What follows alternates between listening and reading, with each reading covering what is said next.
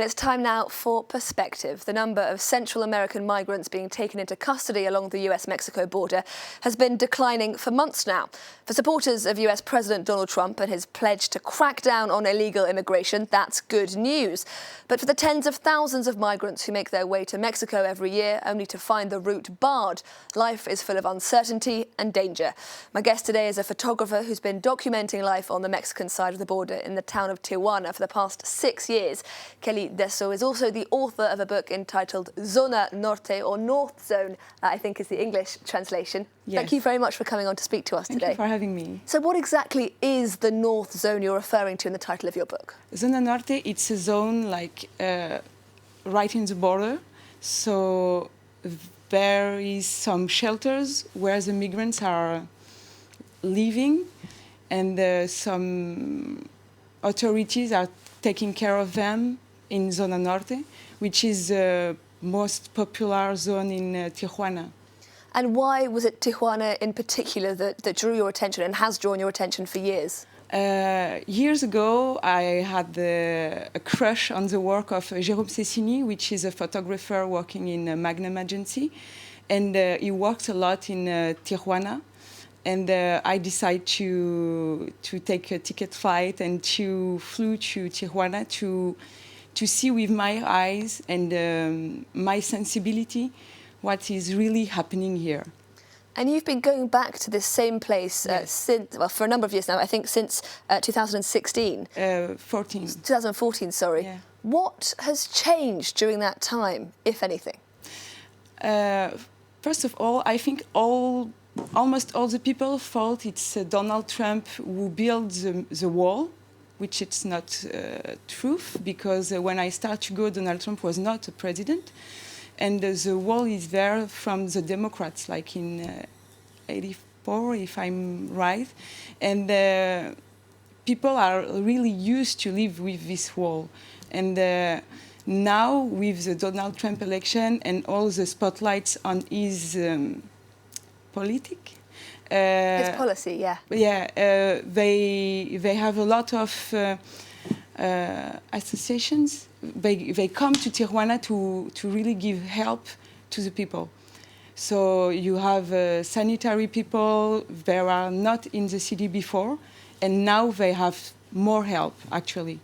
So I'd be right in thinking that, as far as you're aware, the situation for some migrants on the Mexican side of the border has actually almost paradoxically improved under Donald Trump. No, it's not improved, but some American, I don't find the word, comes to help the Mexican border, and before they have no spotlights from the media on Tijuana, so they are alone. Now they give some help, but it's not because of Donald Trump. It's because people are more known about the problem, so they come to help. But I think it's not easier to go to the US, no. And what are the living conditions like for the migrants that you've met on the Mexican side of the border in Tijuana? The sanitary situation is not really good, but they are getting better. They try to make space to have all these people arriving from everywhere in the world. So they come from Africa, they come from South America, and they all wait their time in Tijuana. So it's a lot of people to manage, and Tijuana, it's not a rich city, so they don't have the money to figure good conditions for them.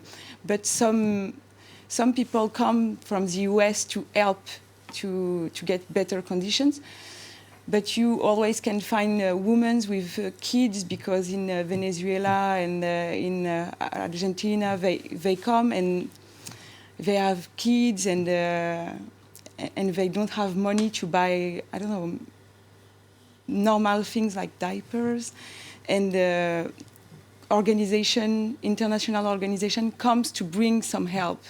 They really try to come. And you do spend a lot of your time working with women, taking photographs of women in particular. Yes. do you think that women do have a significantly harder time on that journey to try to enter the United States? I think more poor than a man in the street, it's a woman on the street, because women are raising their kids. I don't know. Normally, it's always women with the kids on the street.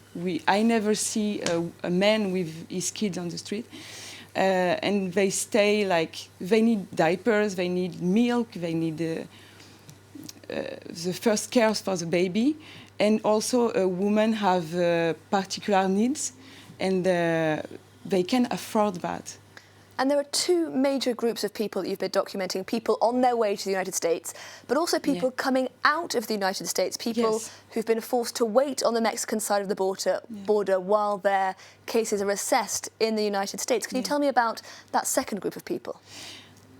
I photograph, in particular, Maria, which she built a family in the US. His son is living in San Diego, but she cannot cross the border because she's stuck in Tijuana. She have no American documents. So his son is American, because in America you have if you are born in the US, you are American. But his son is American, but she is not. So she basically is trying to find money to find a lawyer and to find help to try to come back to his life. And sometimes some of them do some little crimes, and they are all the people from all South of America are taken, and they put them in Tijuana. They don't put them in Venezuela, or they put them all in Tijuana. And the reality is that there's very little chance that most of these people will eventually make it into the United States, at least under the current Trump administration. A lot of them try to go at night and to try to jump the wall or to go under the wall. They do walls on the tunnels. They try to do that, and they also put survival coppers. So with that, they are not. You cannot find them with the signals of the border. They have securities, and with these coppers, you cannot find them.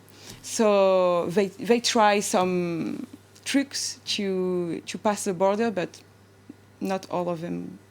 Okay, thank you so much. Kelly Dassault, photographer and also author of the book Zona Norte, North Zone in English. Thank you very much for speaking to us here at France 24. Thank you.